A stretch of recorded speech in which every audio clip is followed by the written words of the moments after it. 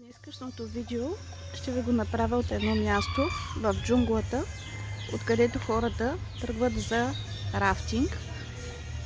Ето вижте, първо ще ви покажа малко от природата на Бали. Ето джунглата.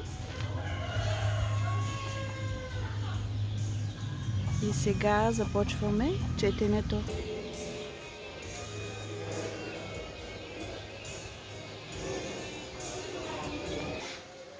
Започваме и четенето. Сега ще си изберем въпрос. Какво ми казва той, какво отговарям аз. Започваме. Случва се нещо съдбовно, защото ми се получи карта, която е колелото на късмета. Какво ни казва той? Това е неговата енергия, а това нашата енергия. На двамата се паднаха двойки, което е двойка пентакли и двойка мечове. Това са карти, които означават избор. Тук може да означава и блокаж или прекратяване на някакъв лош период.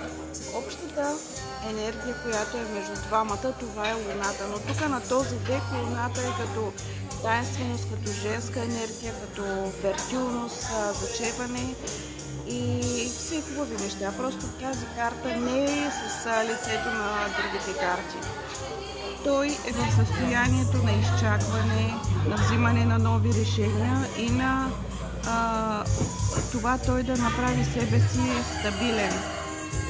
Тя е в състоянието на императрицата. Иска да бъде императрицата и е придобила своята сила, енергия и увереност. Общата енергия между тях обаче е енергия, в която те още се напасват и малко варират от състоянията на стабилност през състоянието, което показва изневяра на самия себе си. Заради това е хубаво да продължаваме да следваме тези енергии. Избягвайте това, защото ако влезете в тази енергия, ще се получат сривовете и драмите от тези горните карти. Може би заради това енергията е на двойките, за да избереме дали да сме от страната на доброто или от страната на лошото. При него от мъжката страна излиза, че той иска да бъде щастлив, приема ви като дамата на неговото сърце при вас.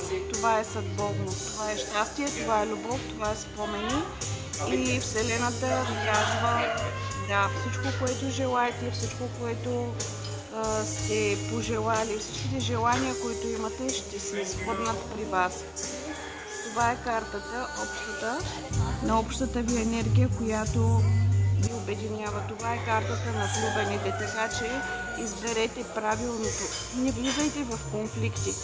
Не дейте да изневерявате на себе си или на партньора си. Следвайте линията, в която да бъдете стабилните, да бъдете себе си, защото любовта е при вас. Вселената ви я дава. Чао, чао!